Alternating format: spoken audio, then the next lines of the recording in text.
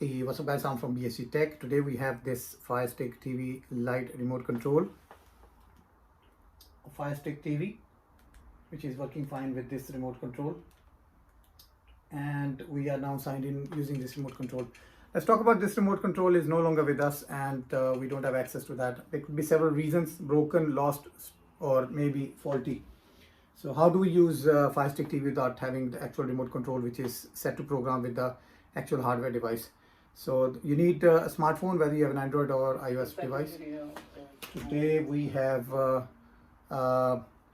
this iOS device and I'll show you on how to set up this on iOS device. You can do that on Android device as well. First thing you need to do is make sure your smartphone is connected within the same home network which you were using with your FireStick TV. And then go onto your App Store or iOS Store, type FireTv remote and click on search. You will see this orange notification in the search area. That will be the second result, Amazon Fire TV remote control. Click on download and wait for the app to completely download it on your smartphone. Once downloaded, you can go ahead and open it.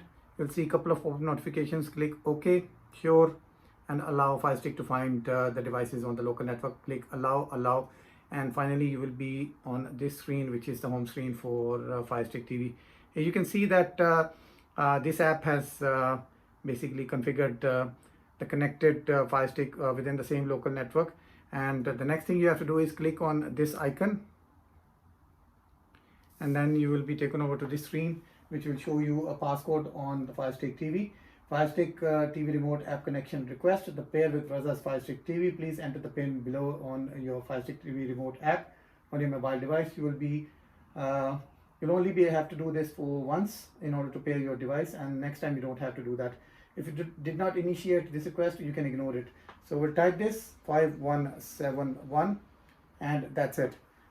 The remote control is now transformed within this app, and you can simply play with your FireStick TV and use it. As you can see here, it's working perfectly fine without any issue.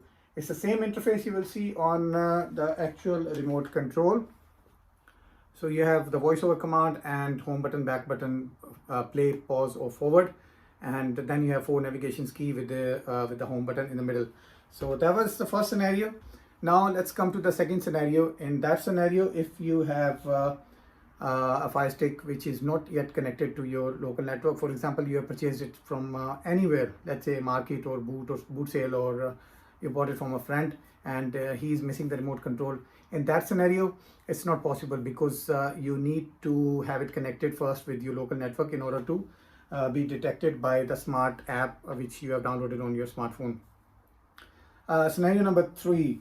If for some reason your smartphone controller is no longer working and it's freezing up, or it's getting held every now and then, and you're finding it difficult to control your FireStick TV app, then you can go into the description below, and I'll add a few links from the past videos which I've uploaded in the recent months, and you'll be able to get help from those videos where I've shown how to fix the freezing FireStick TV remote control. So that's it for today's video, guys, and you have a working FireStick TV remote control on your smartphone, and this is the fastest and the easiest way to get a replacement controller. So that's it for today's video, guys. If you like this video, do let us know in the comment section below, and I'll see you soon with another video. Till then, take care. Bye bye.